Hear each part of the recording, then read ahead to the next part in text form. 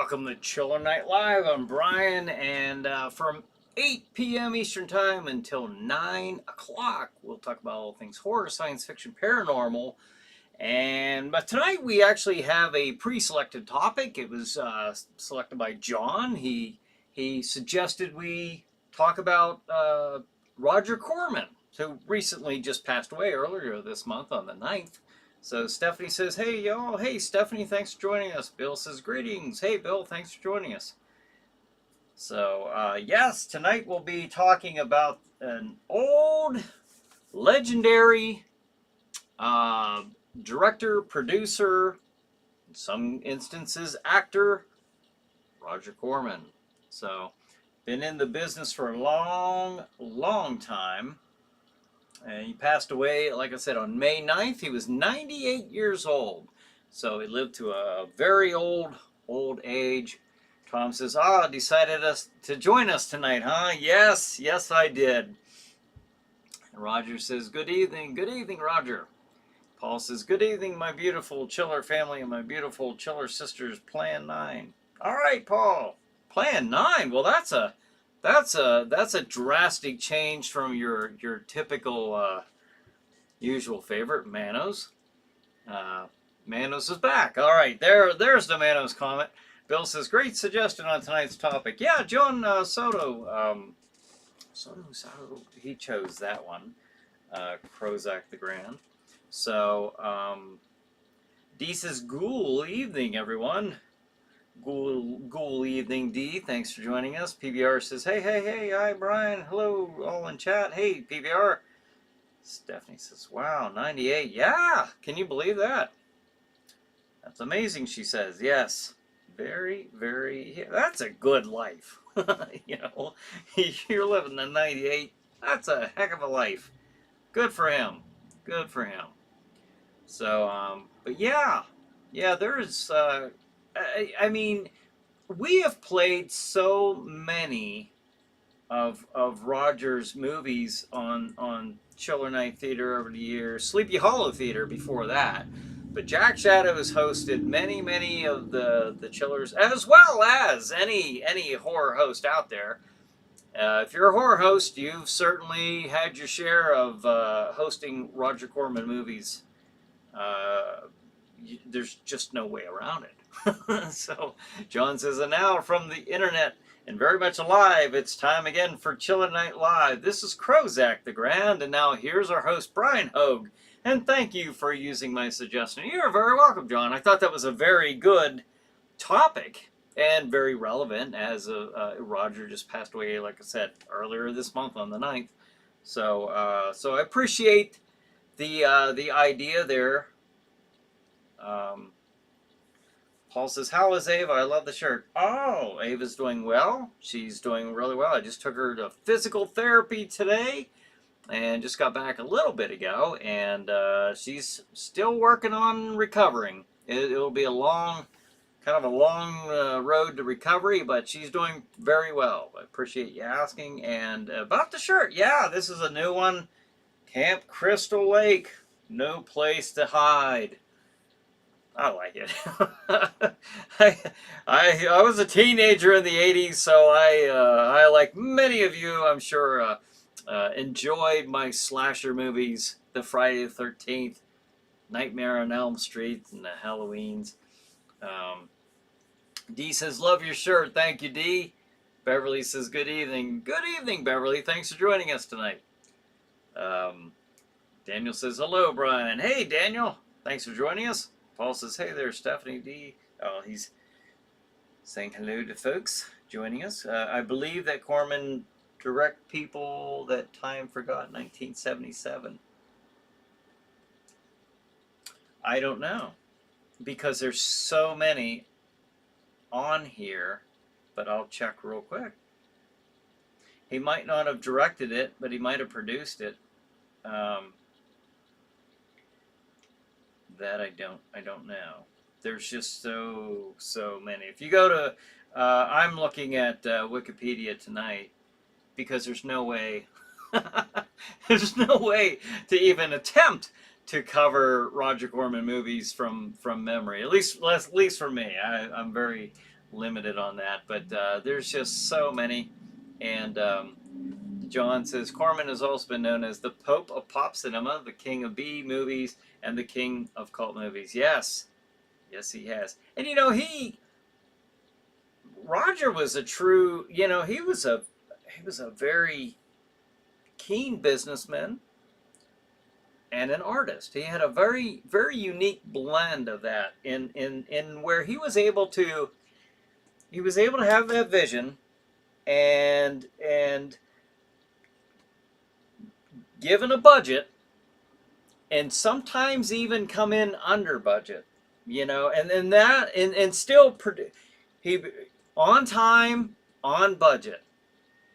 And for those in the film industry, that's unheard of. But he was pretty consistent in doing that, and he had a very, very, very good reputation for doing that. Oftentimes, he might have been working on two movies at once, or finish up one and jump right to the next, utilizing the same actors and the same sets. Oftentimes using the same, costumes and clothing. So in that respect, he was able to cut down a lot of the budget, in that regard, because there wasn't a lot of waste. he definitely knew how to squeeze a dollar. So Daniel says, I finished up my USBC Pennsylvania State Bowling Tournament on Sunday. Oh yeah? How did you do? Did you... Probably pretty good if you got into a tournament. I'm guessing. I don't know that much about it, but D says, 80s slasher movies, my jam. Yes. John Wayne says, hello, Tom. PVR. He's saying everyone's having some salutations exchanged here. Yeah, I wasn't able to be here last week because I took some days off from work, from my regular job, to take some vacation days so that I could work on the escape room. So now I go and have my first inspection done with the witching hour. That will be this Friday. I'll get my first local inspection done, and then of course I do the state inspection, and after that has to be done 15 days prior to opening to the public. And I run a few practice groups through, and I have a tentative date of opening. I mean, it will be opening in June, so I mean, it'll be a good summer of frightening fun at Chiller Night Escape Experience at the Cranberry Mall in Venango County, Pennsylvania.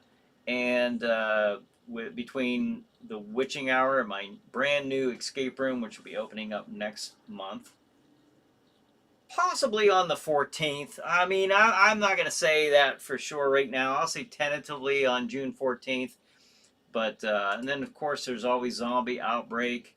And you can book these escape rooms. You can book Zombie Outbreak right now.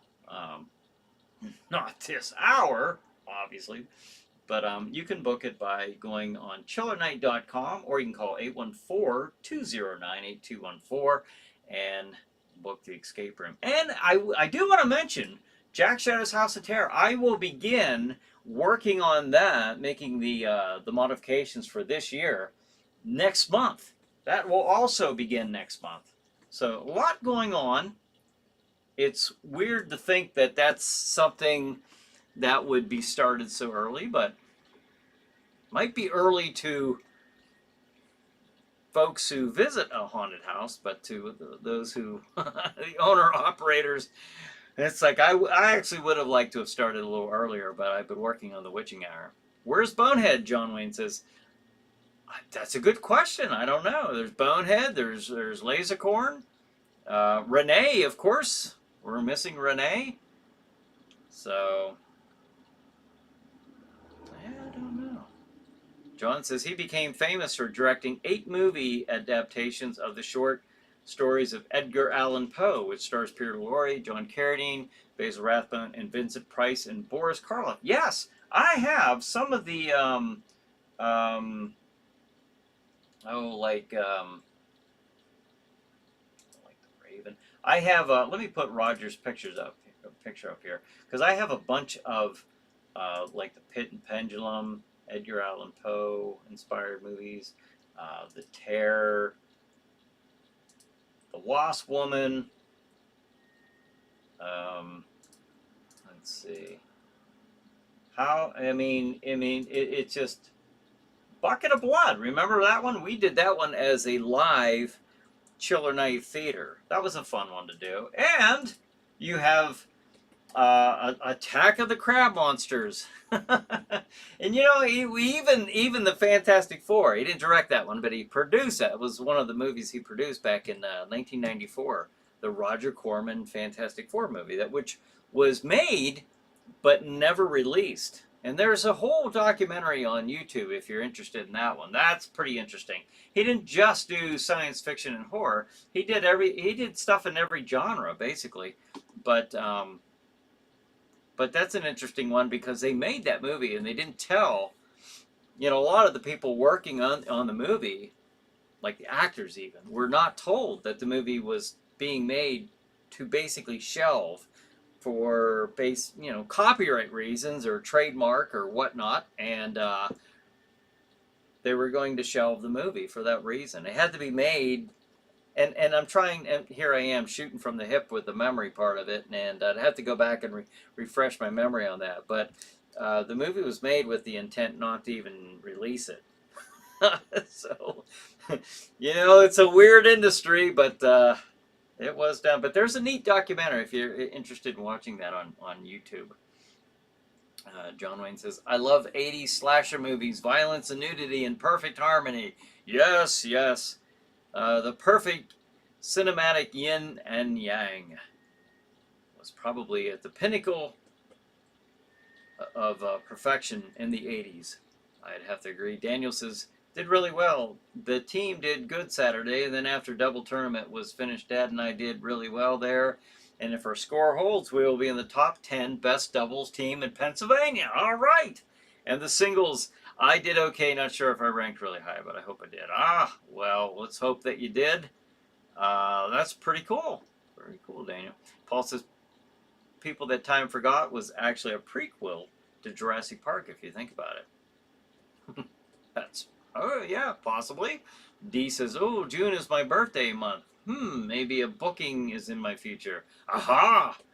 I'm trying to hold out for Jack Shadow's House of Terror. You let me know. You let me know, D. And Jack will be sure to say hello to you and get a picture with you and everything. So Tom says, do it, D. Brian says, hello, everyone. Hey, Brian, thanks for joining us. Troy, hey, there's my brother. So he says, hey there, sounds like you've been pretty busy. Joining a little late. Just curious if you've seen the Kingdom of the Planet of the Apes yet. I saw it last weekend. No, I didn't see that. But I was just talking to Ava about that last night. We were talking about possibly seeing that one.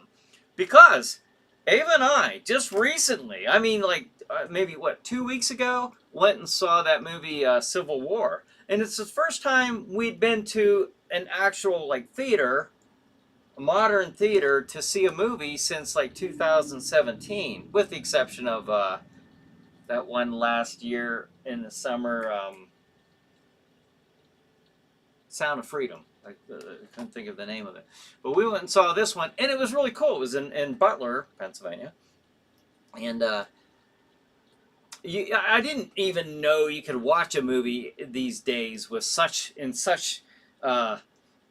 deluxe conditions. You could recline in your seat to where you're almost basically laying down watching the movie and just being very comfortable. It's like I didn't know that. And when you buy your tickets, you select on the seating chart where you're sitting. I mean, this is probably very common knowledge to a lot of you, but for me, I've not been to a theater in so long, and the ones that I have been to prior to that, I've never seen that before. I've never been to one that modern. So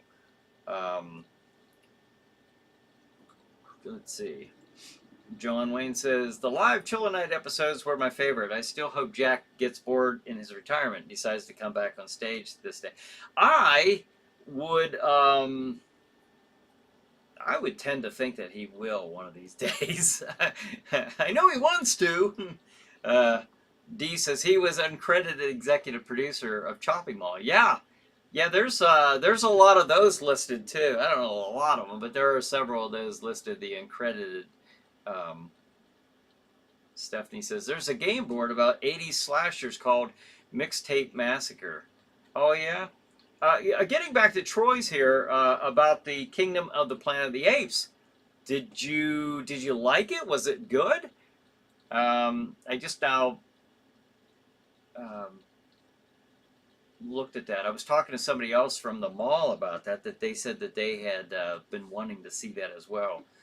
And so I was just curious what your thoughts are on that. Tom says, I, years ago, naturally, rented a movie from Blockbuster and had a trailer for that Corman Fantastic Four. Was so disappointed it was never released. Yeah, I've seen that movie. I mean, you could go to these, conventions and all this back in the day, comic conventions, horror conventions and stuff, and pick up these bootleg copies. So I know my cousin got one, and so I was able to see a copy of it. And you might be able, I don't know, it might be on YouTube. I don't know. I'd be kind of surprised if it were, but maybe it is. I'm sure you could find it somewhere. Renee says, hey, there's Renee. Have an awesome live Chiller Night Theater, terror, horror, sci-fi, fantasy, Taco Tuesday. Really, really busy at Sage Pet Hospital. Picking up my beloved 16-year-old black cat's ashes who died last week. Cry. Ah, that's right. You did mention that on YouTube. I'm sorry to hear that, Renee, but thank you for popping in on us. And,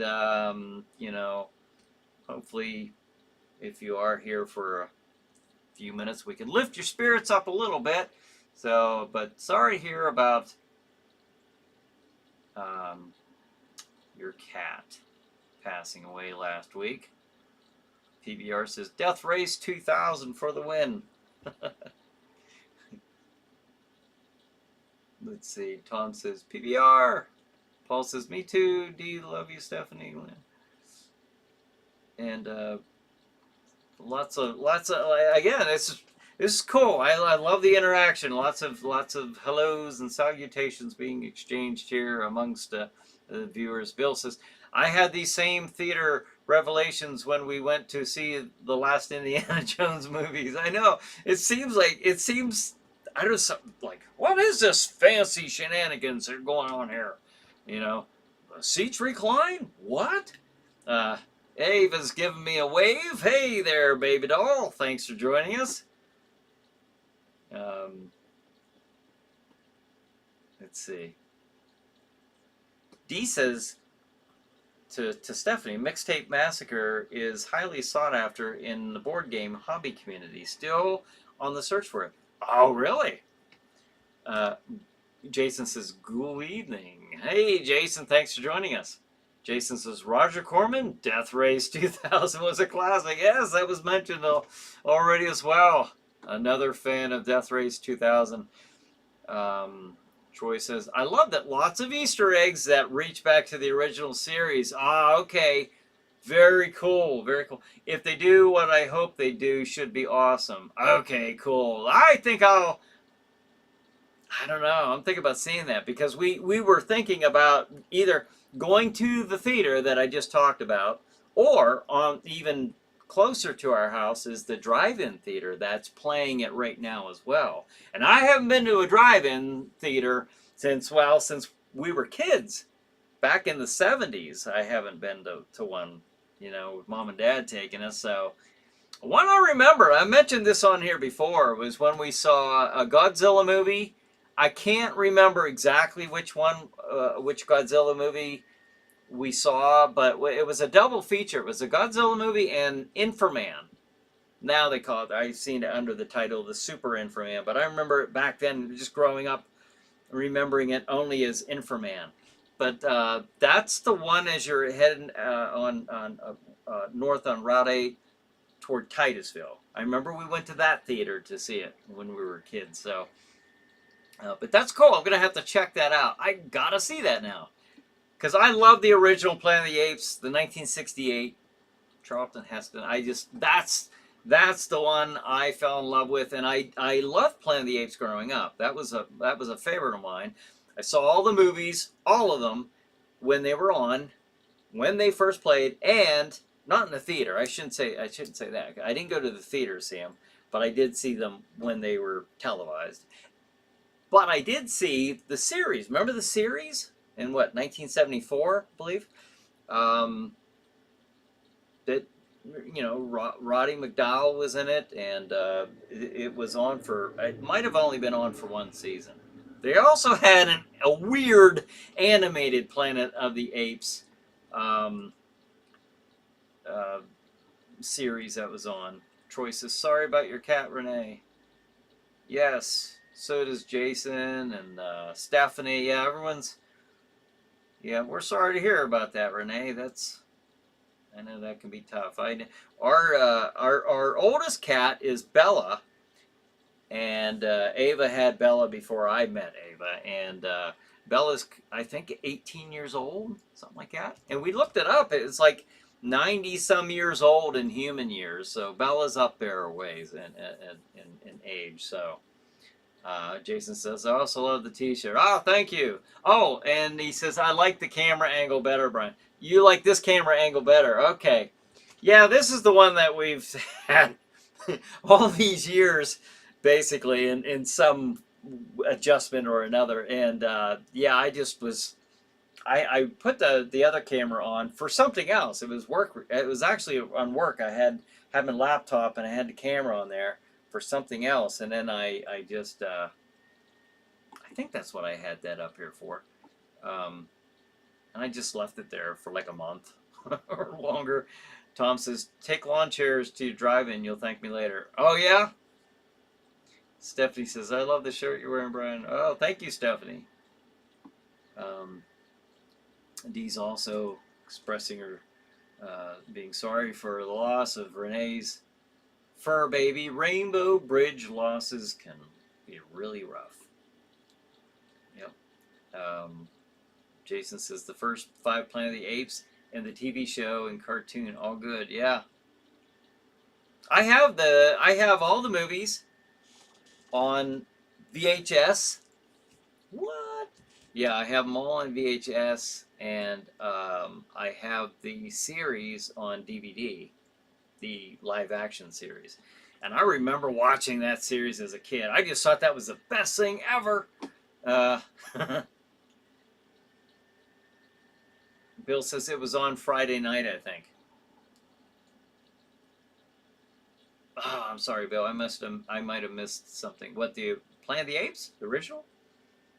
That might not be what you're talking about. I know there's a delay here, and I was probably talking about Planet of the Apes. Troy says, hey there, Paul. Doing good. John says, Death Race 2000 was the first movie directed by Paul Bartel, who would go on to make Eating Raoul. I knew nothing of that, so you got me there. John Wayne says, my sister's pet, Axolotl, also died last week. I don't know if I'm pronouncing that right, but I'm sorry to hear that. Another cat? Another cat? Say a pet? But, Dee says, can you still play your VHS tapes? And do you? No. I mean, could I? Yeah, if I hooked up my DVD or the VHS player, yeah, that still works. But we've had so many things plugged into our Roku TV and with our home video camera systems and everything that that's like, you know, I don't have the VCR plugged in anymore, but the last time I did play it, I mean, it did work. So, but no, I haven't played. I've played them since we've been here. Since we've been in the Butler area for over 8 years now. So it's been within the last 8 years I've watched them. Um, Bill says Planet of the Apes series. Yes, Friday is what I recall. Oh, okay, cool. That's neat. I didn't know that was. I guess you could probably find anything if you're searching this like a streaming channels. Is there a new Planet of the Apes? PBR says yes. My brother Troy here. He said that he just saw it the other night and he really liked it. So, but yeah, it's called the Kingdom of the Planet of the Apes. Kingdom of the Planet of the Apes, and that's on in the theaters right now. Jason says, X, the man with X-ray eyes with Ray Milland was another excellent Roger Corman movie. Cool. Tom says, it's the capacitor monster that is likely to make your VCR player stop playing. Those go bad after a fashion. Well, I mean, I haven't played it for, like I said, I mean, it's been years, so hopefully if I put one in there, I don't know what the capacitor monster is. But hopefully the capacitor monster will leave my tapes alone if I ever do decide to hook it back up and watch it again. John Wayne says, that's SBC if you guys are wondering who John Wayne is. His name changed on here one night and he couldn't get it back. But he says he still uses VHS. That's pretty cool. Paul says, I have to go help my mom get ready for bed. See you next week. Same bat time, same bat channel. Remember, Manos can't be put down. I love you, family. Okay. All right, Paul. Well, you have a good night. Thanks for joining us. Braver. Oh, John D says to John Wayne, braver than I. Yes. Let's see. Let me put this over here. If you look at, I mean, Roger Corman had. And I, I've got the Attack of the Crab Monsters up, but he was the one who, I mean, he worked with like John mentioned, the Edgar Allan Poe inspired movies, such as The Raven, and working with Vincent Price, Peter Lorre, Basil Rathbone, gosh, all those guys. One who really was instrumental in bringing Jack Nicholson into the movie highlight. So as well as I heard, as well as Robert De Niro and several others that are very famous now that I can't think of, that their names escape me. But just, I'm looking right at Teenage Caveman, She Gods of Shark Reef,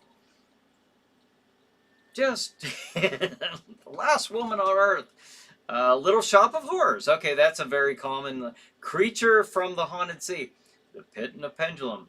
I was, yeah, we have some of those that we have up here that we've been putting up. House of Usher. Was I saying these? The Raven, the Pit and the Pendulum, The Terror, The Wasp Woman. We have played quite a bit of these because a lot of Roger Corman, I mean, a lot of them are in the public domain. So, like I said earlier, if you're a horror host, you are, or were, or will be, you have or will be playing Roger Corman movies. It's inevitable. That will happen. So, and it's not a bad thing at all. They're they're pretty enjoyable movies. Like I said earlier, I mean, he was the one guy who, I mean, he was known for making these B movies on budget or sometimes under budget and on time. And like I said, that was in the movie industry. That's just unheard of. That's just unheard of. So the man had a lot of talent, and he knew how to juggle things in his head. He had a very, very good talent for doing that, and for just making things work, and actually working on a couple projects at once. So, and making it work, and that's why Roger was thought of so well in the industry. I mean, you don't get people who can do that. Not in that industry, but he did it, and he did it very well. Tales of Terror, Tower of London, Mask of the Red Death. It just goes on and on.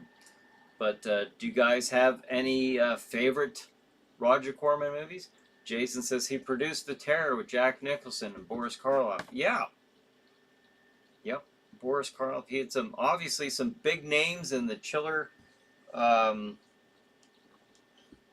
knee just locked up on me. What? That's not supposed to happen. Okay. Well, I won't mess with it right now. We'll get it later. John says, without Corman, we wouldn't have the Godfather movies, Silence of the Lambs, Cocoon. That's right, Silence of the Lambs. No, Cocoon, The Grinch, and The Terminator. Yeah. Very true. John Wayne says, I'm very good with electronics. I do repairs. That's why I dare to use the old technology. Well, that's a good good skill to have when it comes to that. Jason says, Attack of the 50-foot cheerleader. What? Really? Is that? Now, I gotta say, I love the title, because that just sounds like, that just fits so perfectly with that time era. I know the Attack of the 50-foot woman. Was that one? Attack of the 50-foot cheerleader? PBR says, what was the name of the drive-in that you went? I bet we could find Godzilla movie that was part of the double feature, Brian. It's no longer. I don't remember the name. I could probably do a little bit of digging online and see if I could come up with it. I don't know. Troy, I don't know if you're still on here. If you would remember, probably not. It was so long ago. Like I said, last time we went to the drive-in, or I'll speak for myself, because I don't know if Troy has since the 70s. But yeah, it's been a long time. I haven't been to one since. Dee said he had an acting part in Silence of the Lambs. Yeah, he had acting parts in. Now he had a ton. Go to Wikipedia if you're not there already, and just look at some. Night of the Blood Beast. We just played that on Chiller Night Theater. Just Saturday night. Oh, and I do want to mention too. Chiller Night Theater does play. It still plays every Saturday night on Stream TV. I mention this every time we have the show, and I want to keep mentioning that. Jack Shadow is still on hosting. I mean, they're not current ones, but if you want to watch the old Chillers and you want to watch Jack Shadow hosting those, you can go to Stream TV at streammedia.tv every Saturday night, beginning at 9 p.m. Eastern Time. So check them out. Sometimes I've seen with 3 movies, I've seen with 4. So, or maybe he's always playing 4. I don't know. It's maybe he's trying it out. I don't know. But I know, like last week, he might have been playing 4, and I just wasn't looking on the like the Sunday morning schedule. Oops. But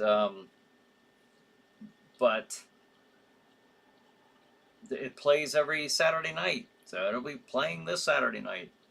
I'm very sure of that. And you can go to streammedia.tv Saturday morning and check out the schedule for tonight as well. So, and I try my best to keep up with that and post those also. Acting rules. Here we go. Monster from Ocean Floor. Looney Tunes, back in action. 2000. The last one he has, the most recent one, is in 2009. Nightmares in Red, White, and Blue. He played himself. It was a documentary. Okay, in 2003, he was in Looney Tunes, Back in Action. He played a Hollywood director, something he would know quite a bit about. In Apollo 13 in 1995, he played a congressman. This is kind of interesting. And in the year 2000, in Scream 3, he played a studio executive. And in Silence of the Lambs, as was mentioned, he played an FBI director, Hayden Burke. The Howling, he played a man in the phone booth in 1991. This is kind of cool. But yeah, check that out if you're interested in seeing some of the stuff that Roger Corman has been involved with. It just goes on and on and on. John Wayne says already half an hour over. Wow, I wouldn't have guessed that. It just seems like I just got on here. John says my favorite from Corman are Death Race 2000. All right, I have seen that mentioned a couple times from several people. Rock and Roll High School, Night of the Blood Beast, and Battle Beyond the Stars. That's another one. That's right. I had seen that earlier, and I remember seeing that the night it was on TV, the night that it actually was on TV for the first time. And I remember watching that, and I actually did not know that Roger Corman was involved in that movie until today when I was looking at Roger's filmography. That's kind of cool. Jason says, you have a lot of talent, Brian. Thanks for this weekly... Oh, thank you, Jason. Thanks for this weekly show and all the Chiller Night shows with Jack Shadow. Oh, you are very welcome. You never know. You could see once all the stuff is built, these escape rooms, the haunted house is up and ready. Okay, but it's not, well, it's up, but it's not ready. I begin making 2024's modifications. I begin that next month. Do I like waiting that long to start? No, but I'll take what I can get. The Witching Hour is finally finishing up. All the hard stuff is done. Thank goodness. All the electronics are hooked up. The cameras, everything, all the electronics are hooked up and working very well, and so I just have a few aesthetics to finish up with some of the puzzles and stuff like that. But it's just what a journey that one was. Zombie Outbreak only took me 3 months from an empty building, to open to the public. It took me 3 months. The reason the Witching Hour took me so long is because when I first started building the Witching Hour, I had just had my rotary cuff surgery. So I was working very, very slow. Because a lot of the work that I was doing at that time was by myself. So I was like, I couldn't really use my right arm too much, but I was trying to use tools and work with my left hand as much as possible. I'm not left-handed, so it was going a little slow there for first several months. Plus, I couldn't lift anything. So then, when it got to the point to where I had to start lifting stuff, I'd call in some friends. Ava's brother was good enough to help. He's helped me with figure out some of the electronics and stuff for it.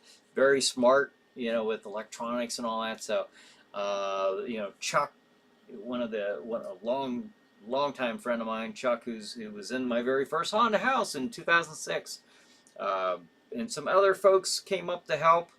So, but that one took a long time, and I started getting it done, and then last year I had to just start building a haunted house in May. So the Witching Hour got bumped to the back burner, and then we started on Jack Shadow's House of Terror. So I just finished up with it. The next escape room, the third one, I won't say much about that other than I'll actually start building that this summer. I'm not going to set a goal on opening it up before the haunted house. In fact, that would be I think pretty foolish of me to try to do that. But I will have a lot of it built, if not all built, by the time I open the haunted house. So Stephanie says, I think Roger Corman did Extraordinary Tales. He might have. He might have. PBR said, so loved all the Planet of the Apes. Is this a continuation of the series or a remake? That's a good question. I don't know. My brother Troy was on here earlier, and he didn't want to say too much about it, but he said some Easter eggs, you know, were given, and we'll have to see where they decide to go with it, I guess. But yeah, we should do Planet of the Apes one of these nights as a topic, you know. I'll probably go back to not necessarily having a pre-selected topic. Just give me a couple more weeks, and then we'll try to get back to the topic. Just because, you know, sometimes that takes like I just got back, you know, threw some of these pictures up before, but I like to be a little bit more prepared with the topic, and you know, right now is kind of a crazy time for me. Brian says one of my favorite Corman films was Frankenstein Unbound with Raj Hogue as Dr. Frankenstein. Oh, you know what? Rajulia. Okay. I know who that is, but I've not seen that movie. John Wayne says, the good thing about the stream TV movie on Saturday is that Manos can always be one of them. Yes, he can be. Yes, he can be. You are correct. Troy says, I think it was Godzilla versus Megalon. The timing would match. Okay. All right. It was definitely one of those. Well, that was the time era. At the, you know, like that was what was going on at the time when Godzilla was fighting a new monster, a new menace. Every new movie. I don't know if every movie, like, it didn't start out that way. It was just started out as the. You know, I didn't know this until we covered Godzilla. What, a month and a half ago. We did a show just talking about Godzilla, and some of you guys told me, now I didn't know this, I never knew this, I just figured, well, they just kind of ignored this, or did as they do many times with monster movies, they just, you know, maybe a monster will get killed off, but yet, he shows up in the next movie, you know, and I was like, well, I don't know how he showed up again, because he got, you know, basically dissolved in the first movie.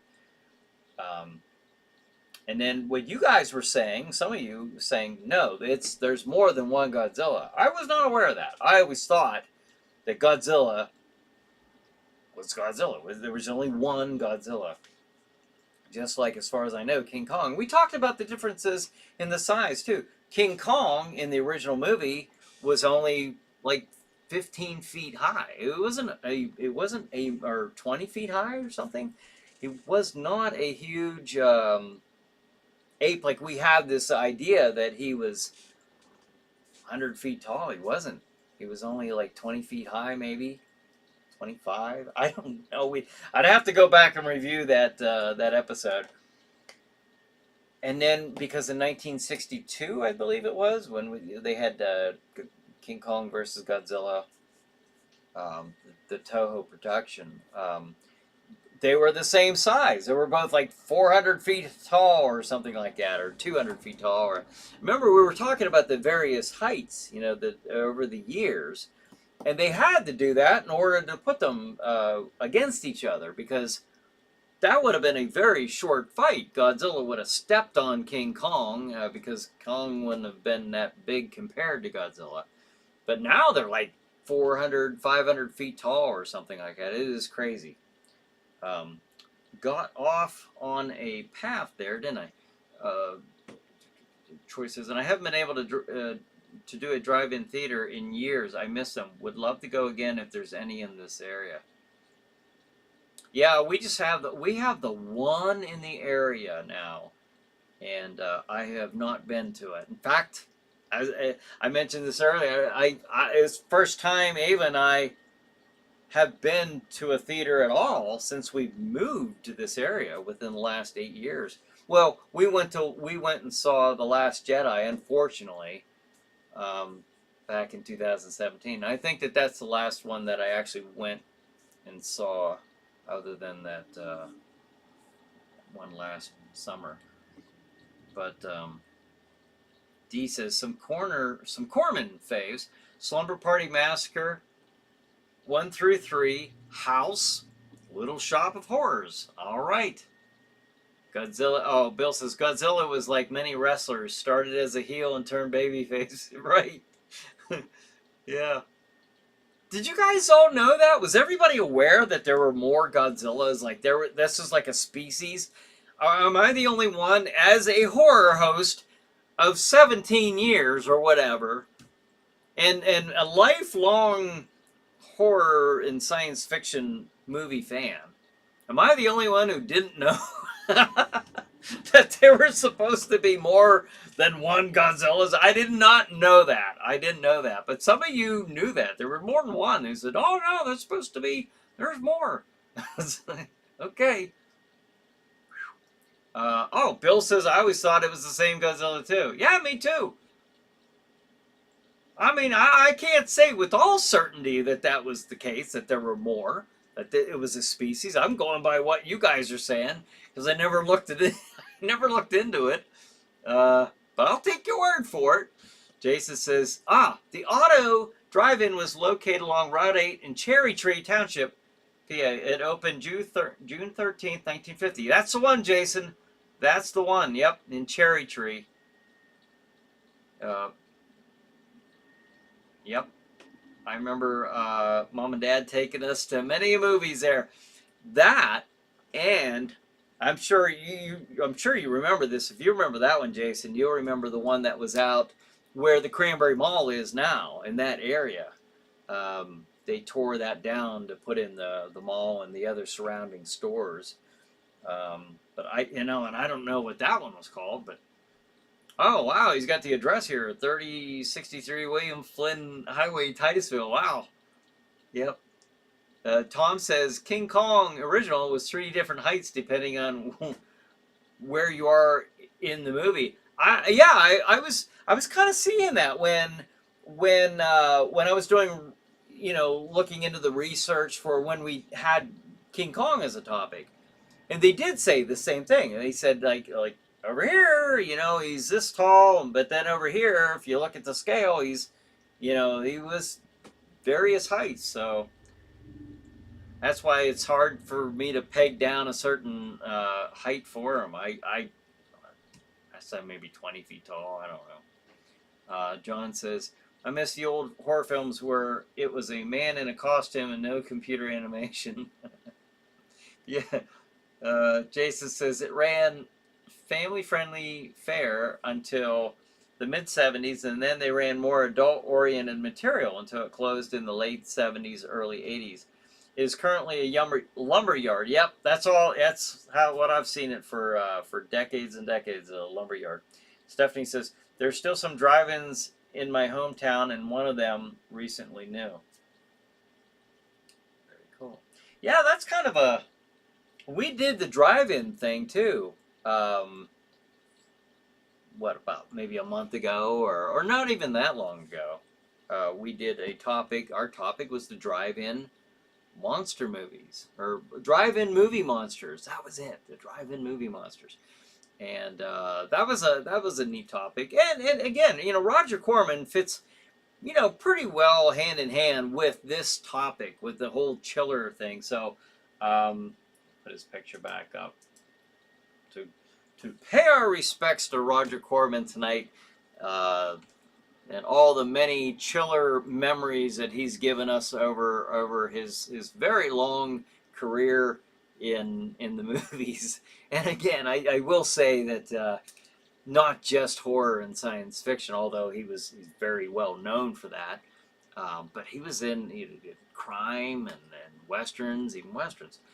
He had his hands in everything, in every genre, basically.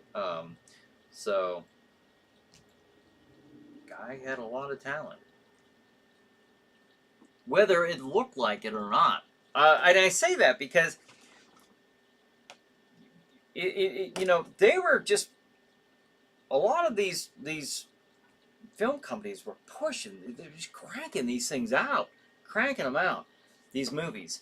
Uh, you know, anything to put butts in seats or to get them out to the drive-ins. It was just cranking them out like any business. You're there to make money. Well, it was just they put out a lot of horrible movies. That's obviously still goes on, but that was a time, an era of time where it was particularly, it was done a lot, and during that time, there's a plethora of movies to choose from, to watch and to make fun of, and have a lot of fun watching, that fall into that B movie category. But Roger Corman, basically what he had to work with, he did very well. I mean, yeah, the monsters might have been wearing a not so great costume, but when you look at what he had to work with, and how efficient he was in his craft, it was pretty impressive. So they weren't all they didn't all have the George Lucas and Steven Spielberg budgets to work with. John says, I missed I I read that. John Wayne says, for me it was always a Godzilla, so maybe it was also a different Jason every time.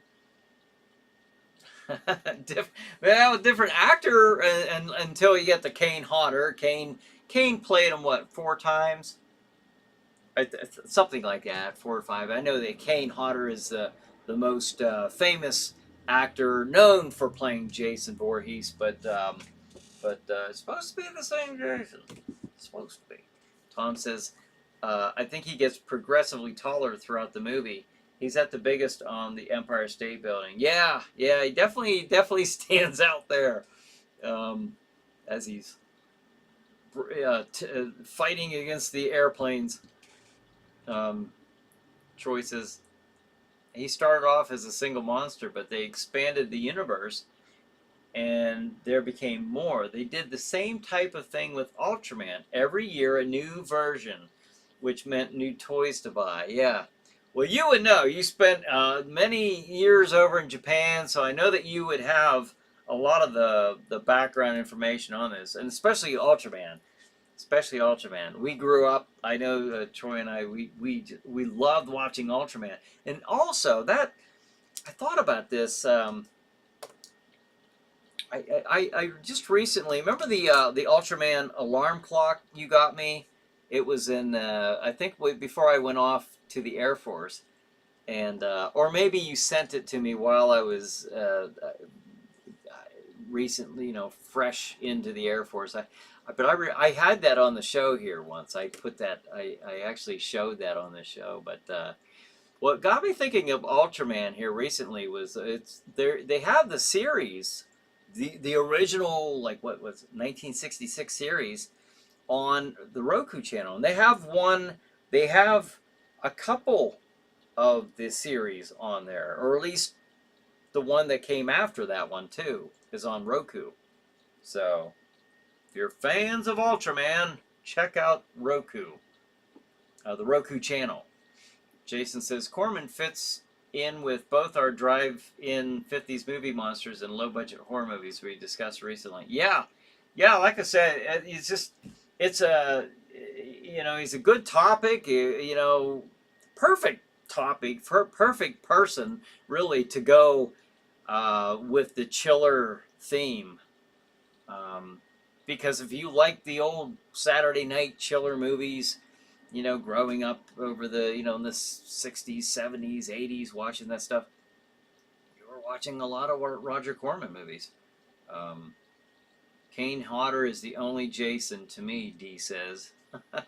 Laser, hey, there's Lasercorn. Yo, sorry I'm late, he says. Hey, well, thanks for joining us. We're just happy that you made it. PBR says, lived in Japan, Yokosuka, for 17 years. Ultraman Leo was my favorite. Ah! I wonder if Troy's still on here, if he has a favorite. D says, better late than never to Laser. Yeah. Laser says, Jason, I haven't seen it. From what I understand, it's amazing.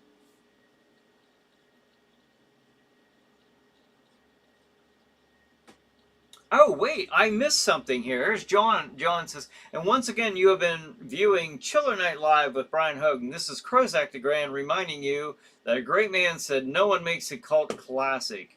The audience is the ones who make a cult classic. That man was Roger Corman. Ha ha!